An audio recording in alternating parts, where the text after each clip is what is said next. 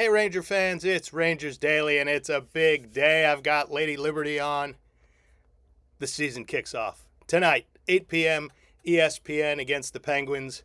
It's what we've been waiting for a couple of weeks now. Well, it's what we've been waiting for all summer, but what we've been waiting for a couple of weeks for the games to actually mean something.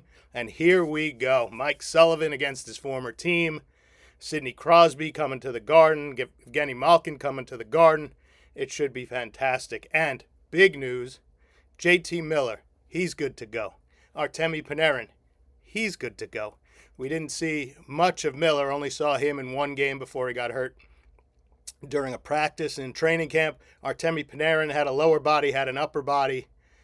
We didn't see him at all in training camp, but he is ready to go for game one. So should have a full lineup. Interesting lineup choices for Mike Sullivan, but we'll get to that a little later. We'll see how it goes. Number 2, Connor Sheary makes the team. He came in after signing a PTO. Now, when you're the nephew-in-law of the head coach, maybe you have a little advantage. He said the Rangers were the first and really only call he made to try and get back into the NHL. And he played his tail off. He played really well. He was noticeable every day in camp. He was noticeable in every game that he played in the preseason. I believe he had 3 points overall. And he's going to make the team, which means he's going to play on the wing, probably on the third line, because I don't see him on the fourth line, and I certainly don't see him in the top 6. So he'll be one of the third line wings, likely with Juuso Parssinen or Noah Laba, and we'll see where that third line goes.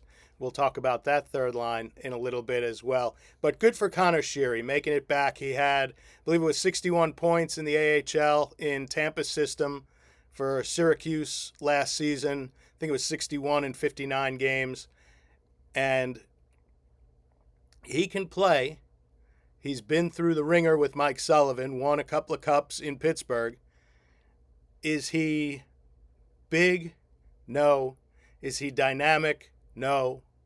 But he can play, and he knows what playoff hockey's all about. He knows what getting to a playoff is all about, and he knows what Mike Sullivan is all about. So for a 1-year, 2-way deal for the league minimum, give it a chance. Worst thing that can happen, like I said, it's a 2-way deal. They can send him down and bring up one of the young kids.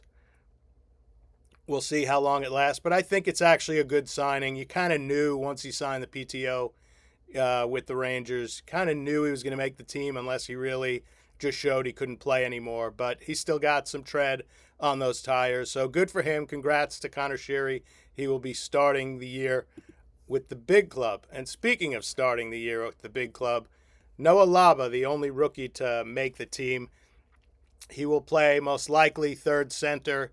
It'll be between him and Juuso Parssinen. We'll see how it goes. But boy, did Laba impress everybody from his fellow teammates. I remember Vincent Trocheck just raving about him to Mike Sullivan. He was effusive in his praise on Monday, talking about just how good of a camp and how from rookie games all the way through to the Boston game, he just developed and kept developing and kept working hard and kept impressing every single step of the way, that the coaching staff was really left no choice, and they probably would have had a mutiny from the fans if Laba didn't go down. If all of the young players that were impressive during training camp and during preseason games, if all of them wound up going down to Hartford, the fan base would have been a little bit irate. So excellent to see Laba make the team. We'll see how much he plays. We'll see how well he plays, but 3-year player at Colorado College, recognized for his defensive play. I think he's got a real good shot to stick around for a while. He looks like the complete player. He's got the size, seems to have the speed, has very good instincts. So another surprise making it. I would say he's a much bigger surprise, obviously, than Connor Sheary making it. But good for him. Congratulations to Noah Laba. Like I said a minute ago, he won the award for best rookie in camp, and it was well-deserved and probably an absolute landslide.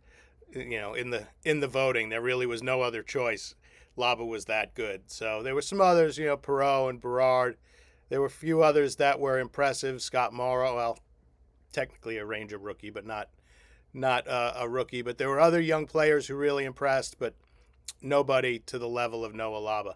Now, so let's take a look at what this lineup may look like and how the power play lines may shake out.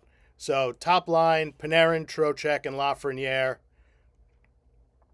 Knew that was coming. Trocheck, Panarin, Lafreniere have developed great chemistry. They need Lafreniere to play a 200-foot defensively sound game to go with those two skilled guys and to be a stirrer in front. I'm leaving out a word, but he's a stirrer in front, and as well just dig out pucks in the corners and help Panarin use his artistry, help Trocheck grind. And so that should be a really good top line. And I think that the 1 and 2 lines are almost interchangeable because the second line is Will Cooley, JT Miller, and Mika Zibanejad. That chemistry that Miller and Zibanejad developed late in the year last year with Zibanejad moving to the wing, having a potential second center on your line isn't bad. JT Miller is just he's the captain. He's the captain for a reason. He's a dog and he goes after it. And I think Mika needs some of that. So that's good. And joining on the left side is Will Cooley, who's really the most well-rounded player on the team. He hits. He's so responsible defensively. He can score 20-odd, 30-odd goals depending on how well the players around him are. I think he's going to be a fantastic player on that line. And like I say, he's one of my absolute favorite Rangers. That third line, so this is where we'll see some movement in this line. It'll look like one thing on Tuesday night. It may look like another thing on Thursday or Saturday or Sunday or next Wednesday or Friday, whatever day you want to throw in there. But that'll be Connor Sheary, Noah Laba, and Taylor Radish. Radish also making the team. They signed him to a couple-of-year deal, but nobody was quite sure whether he would make it over some of the young kids, whether he would be kept around, but he did. And then the fourth line is the towering triumvirate of Adam Edstrom, Carrick, and Matt Rempe, and that'll be interesting. Edstrom really showed he can be a real quality NHL player. He's got some speed. He's got some game to him.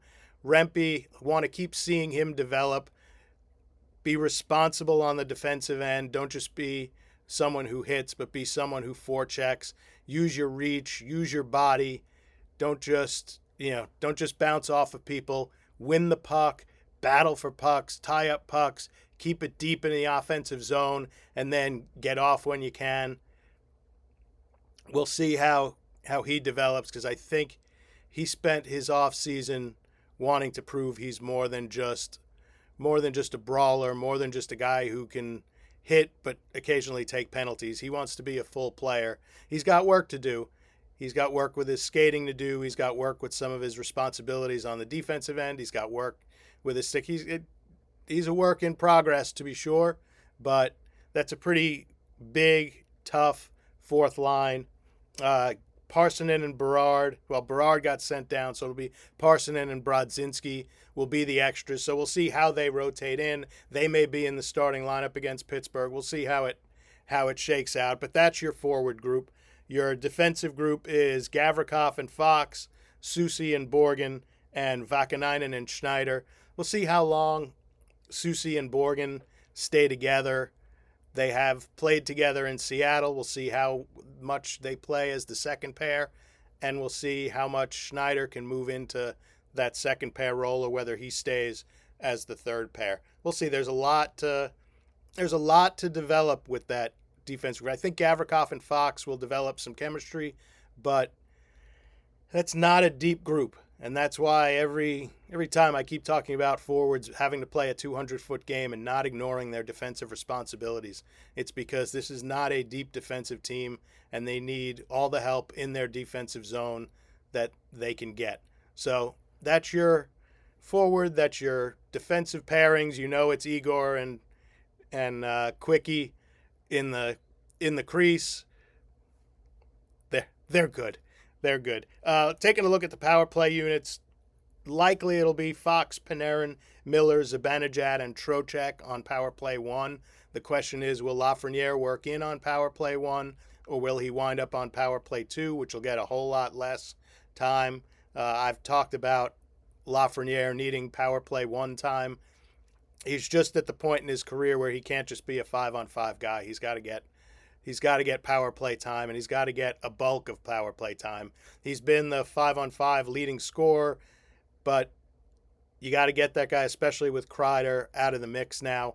You got to find a way to get him more power play time. So that means Lafreniere's on power play 2, quarterback by Schneider with Connor Sheary, Rempe, and Will Cooley. The Rempe experiment is fascinating. You put a 6'9" screen in front of the goalie, and you never know what'll happen. Just shoot, keep shooting, and keep shooting.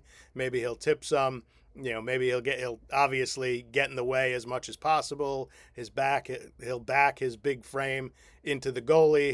He'll back his big frame into a defenseman, into the goalie. So there's a lot to enjoy, I think, in seeing Rempe on power play 2. I don't know about you. That's one of the things I'm most intrigued about. Schneider can quarterback power play 2. It was Scott Morrow's job for most of preseason and training camp, and he did a really good job. He may be up at some point, and we'll see if he takes over for Schneider in that power play 2 role. But just to get the season kicked off, it looks like those will be the 2 power play units ready to go on Tuesday night to face the Penguins. So here we go. Lady Liberty is ready. I'm ready. Ranger fans are ready. Game 1 against the Penguins, Tuesday night, ESPN, 8 p.m. I'll wrap it all up afterwards with hopefully a very happy recap. Please subscribe if you like the podcast. Please click the bell for updates, and please leave comments as you go. Would really appreciate it, and I'll read some and answer some throughout the season, and I'll get to them as quick as possible. I promise you. Enjoy. This is Rangers Daily. I'm Todd Werwa.